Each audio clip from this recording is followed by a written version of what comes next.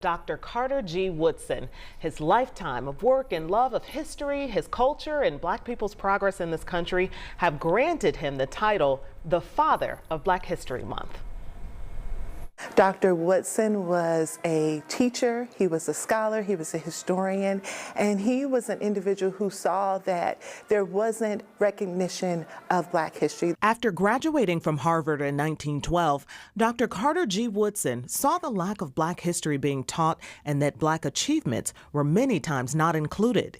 In 1915, he started the Association for the Study of Negro Life and History, an organization which still exists today but is known as ASALH. Dr. Woodson wanted to not only show images and share stories of African Americans that were downtrodden in the 1910s and 20s, but also the achievements and accomplishments of a race.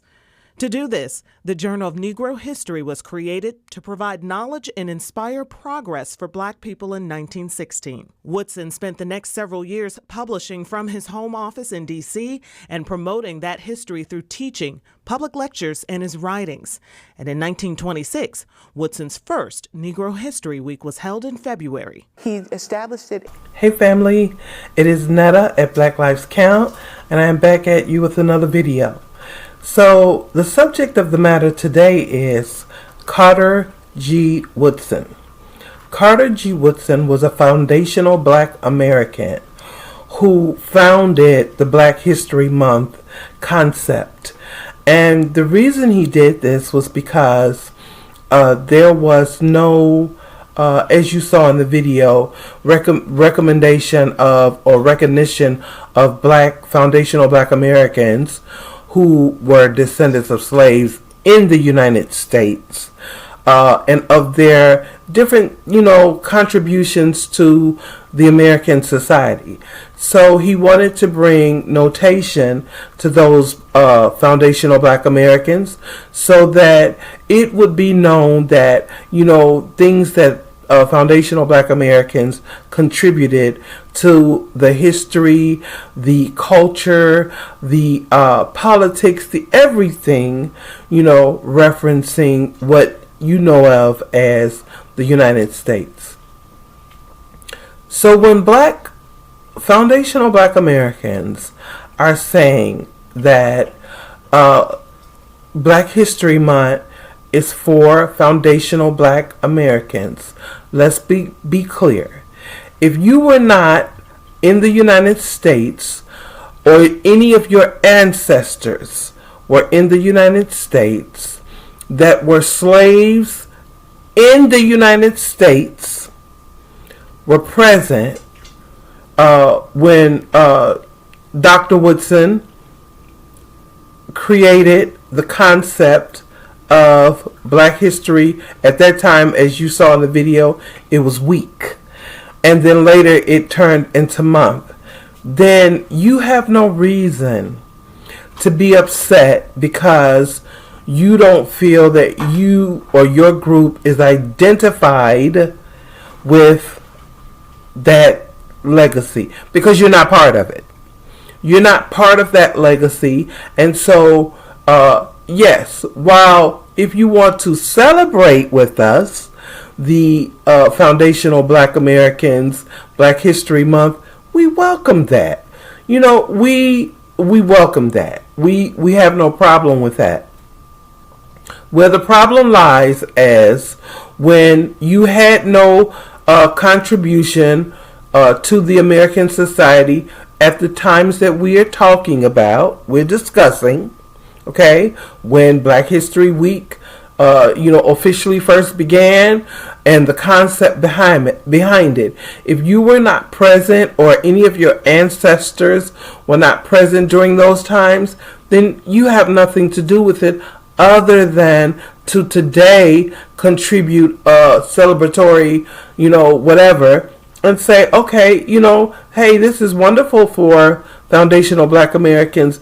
I want to celebrate with them. We don't have a problem with you doing that.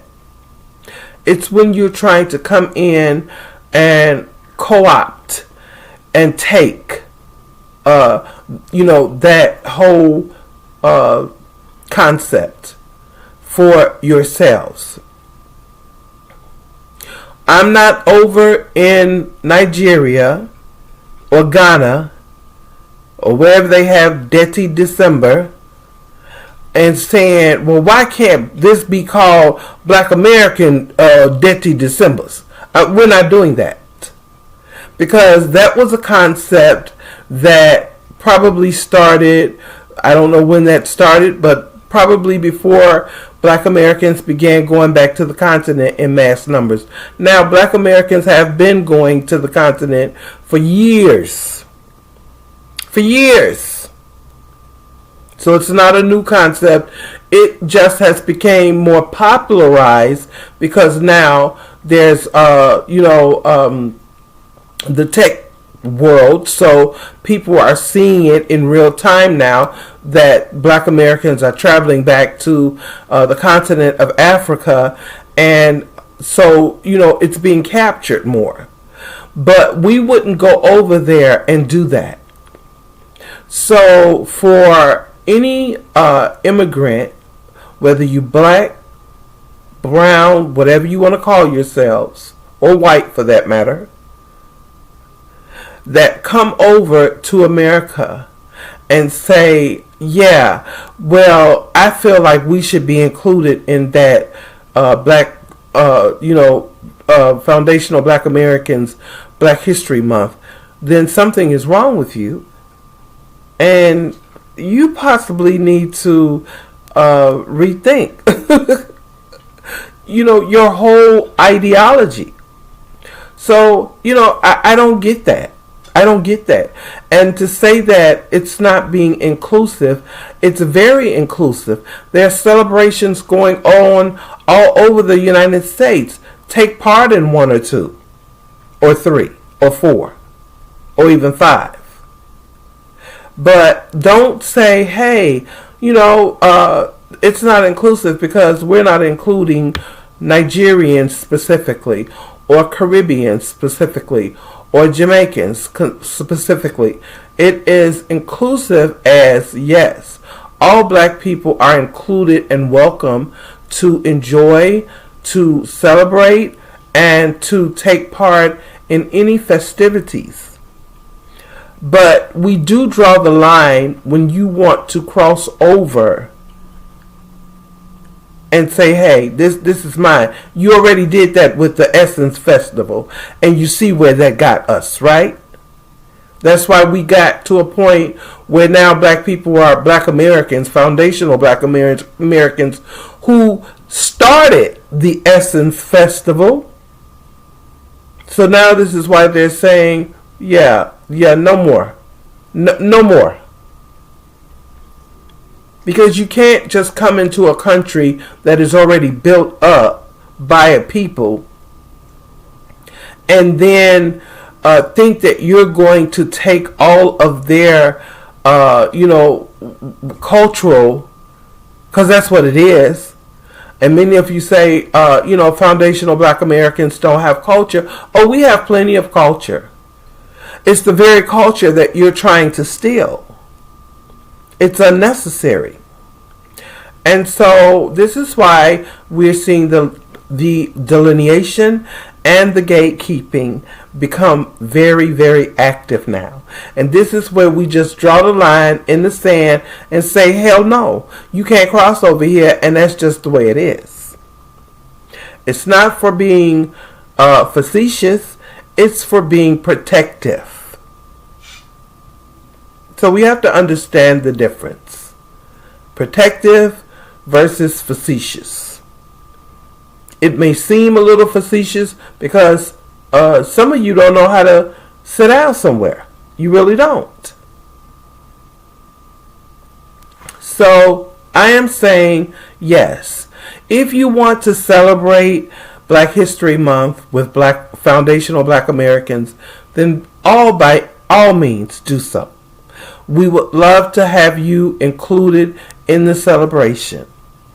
But if you are one of those black or brown immigrants who feel like you can come and take over and co-opt what has already been put in place before your people even arrived on this soil, then we will have a problem with it, and you'll find out. So that's why we have to draw the line. We love everybody. But foundational Black Americans are very loving. We're very loving, very welcoming. We're very facilitating. But it has gotten a bit weird now. And so now we have to say, yeah, we're not going to tolerate it any longer. So family, what say you? What's your opinion in the matter? Are we doing the right thing by delineating? I definitely believe we are, and I see many of you in the comment section that agree. Or should we relax some of that? And I say no. Because this is why we are here where we are today. Because we were very laxed. We were very friendly. We were very welcoming, open arms, and there's nothing wrong with that. But you also got to enforce strict policies when you're being welcoming. So let me know what you think, family, in the comment section, and I will see you on the next video.